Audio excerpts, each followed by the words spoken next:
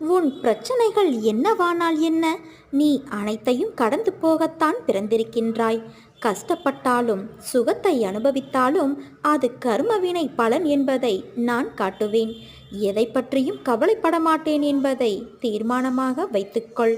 இனி எப்படி இருக்கப் போகிறாய் என்பதை பற்றி சிந்தனை செய். உனது ஏமாற்றமான சூழ்நிலைகளை மாற்றும் வழிகள் என்ன, நடைமுறை சாத்தியங்கள் என்ன என்பது பற்றி உன்னுள் கவனி.